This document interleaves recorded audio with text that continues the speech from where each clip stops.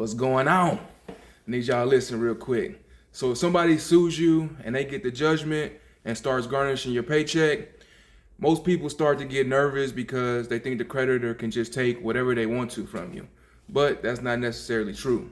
Federal law limits how much can be taken from your wages, and it also protects your job in certain situations.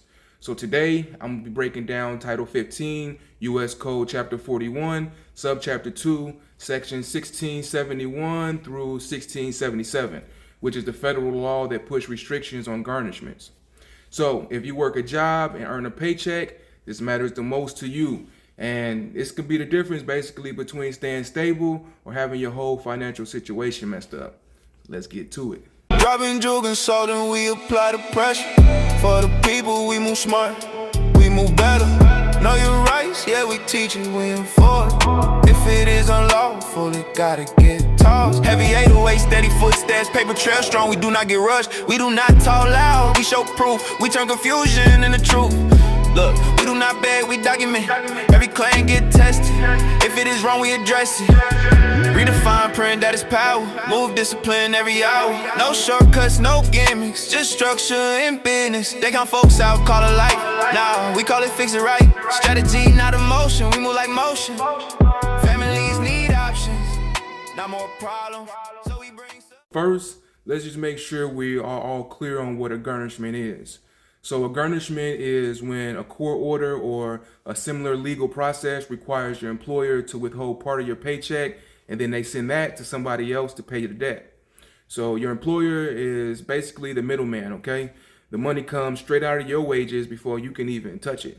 But the key point that I want y'all to understand is there are limits to this. It's not just a free-for-all where the creditor can drain your entire check. In the congressional findings, Congress explained exactly why this law exists.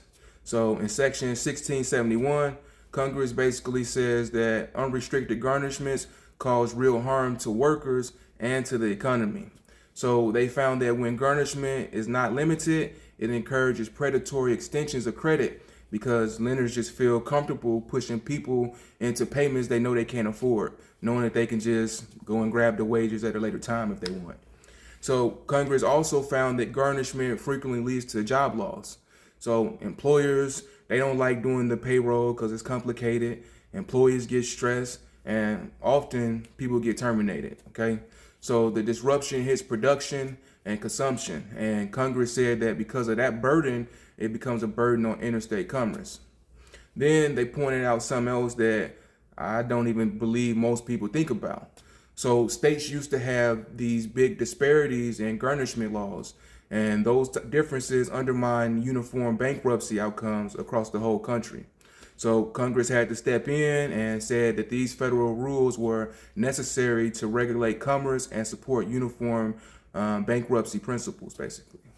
Now, dealing with any federal law, the definitions always matter, okay? Because the whole law runs on the definitions that they use. One thing can mean one thing in this subchapter, but in a different title, it can mean something totally different. So I'm gonna be looking at my back screen so I can see these three definitions so I don't forget them. I'm gonna go in order. Now with later videos, I might not go over all the definitions. I might just hit the important ones, but for this one, it's only three, so we'll hit all three of them. So in section 1672, which is the definitions, earnings means the compensation paid or payable for personal services. So this could include like your wages, your salary, commission, bonuses, and it can also include like your periodic payments from a pension or a retirement program. So then you have your disposable earnings. And this is where a lot of people can get confused. So your disposable earnings means the part of the earnings left after amounts required by law to be withheld or deducted. So think of it like your federal tax or your state tax. It could be your Social Security, your Medicare, and any other mandatory withholdings, okay? So it does not mean your check after voluntary deductions like your insurance or your 401k. So then lastly, we have where it defines garnishments broadly though, as any legal or equitable procedure where earnings are required to be withheld for payment of any debt. So this is not just one narrow court process. It covers a wide set of wage withholding procedures. Let's get to the heart of it. Section 1673, because this section here sets the cap for you. No lie. So for most consumer debts, the maximum part of your disposable earnings that can be garnished for any work week cannot exceed the lesser of these two numbers. Number one is the 25% of your disposable earnings for that week. Number two is the amount by which your disposable earnings exceed 30 times the federal minimum hourly wage in effect at the time the earnings are payable. So whichever of these two numbers is smaller is the maximum that they can take from you. So let me break that down real quick with an example.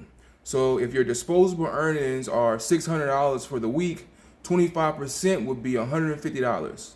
The federal minimum wage is $7.25. So 30 times that is $217.50. When you subtract that from $600, you get $382.50. Now, compare $150 versus $382.50. And the smaller number is $150. So that means the maximum they can garnish that week is $150. Not $300, not your whole pay, not whatever they want. This is the cap for most consumer debts. But there are exceptions. And you kind of need to know these. So the 25% restriction does not apply the same way for certain categories like support orders, some bankruptcy court orders, and certain tax debts.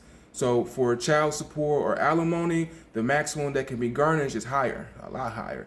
It can be up to 50% if the person is supporting another spouse or dependent child, or up to 60% if they are not. And those percentages can increase by 5%, meaning up to 55% or 65%. And that's if the support owed is more than 12 weeks behind. So the law also recognizes certain bankruptcy court orders, like those under Chapter 13, and it recognizes state and federal tax debts as another category that follows different rules. So Section 1673 also makes something very clear. No court, federal or state, and no state agency is allowed to make, execute, or enforce a garnishment order that violates these federal limits. Next is Section 1674, restrictions on discharge from employment by reason of garnishment. And in my opinion, this is one of the most important protections for the working people.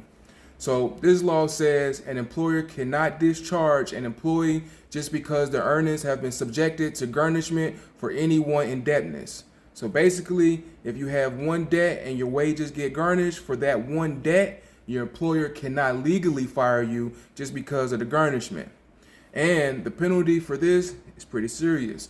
So a willful violation can result in a fine up to $1,000, up to 1 year in jail, or both. Now, pay attention to the wording on this one for me. One indebtedness, because multiple different garnishments can change how this plays out. But for one debt, that job protection is clearly stated for you. On to Section 1675. This is about state-regulated garnishments and the exemptions. So it basically says the Secretary of Labor can exempt certain garnishments issued under the state law from the federal 1673 limits if the Secretary determines that the state's restrictions are substantially similar to the federal restrictions.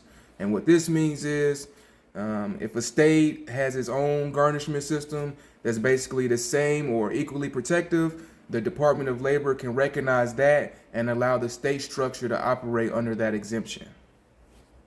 So Section 1676 basically it just tells you who enforces this. This is another small section, but it's enforced by the Secretary of Labor through the Wage and Hour Division of the Department of Labor. So when you're thinking about enforcement, it's not a credit reporting agency issue. It's not just like a call to collector or write a letter to the collector type of issue. It's a federal labor enforcement issue when there's a violation of these protections. So that's who you need to contact.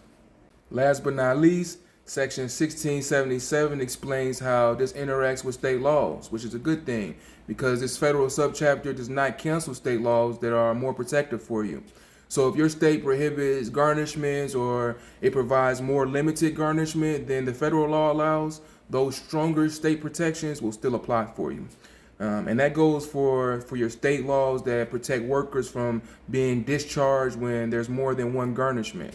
The federal law sets the minimum floor nationwide, but states can most definitely give more protection. And if they do, you get the benefit of that stronger protection. What I need y'all to get from this is this law does not eliminate garnishments, but it does put strong guardrails on it. So it limits how much can be taken from most workers. It uses disposable earnings as the measurement. It protects people from being fired over one garnishment. It gives exceptions for things like support and taxes. It puts enforcements under the Department of Labor, and it allows states to be more protective if they choose to do so. So if you're being garnished right now, first thing you should be checking is the math, confirming they're using that disposable earnings correctly, making sure that the correct cap was applied, and just making sure no one is violating federal protections. So as always, knowledge is power, and when you know the rules, you stop getting bullied by the process. If this helps you, share this with somebody who works for a Paycheck, because most people have no idea these protections even exist. So this is how you protect your income, protect your household, and stay in control. Until next time, peace. Dropping, jogging, salt, and we apply the pressure. For the people, we move smart.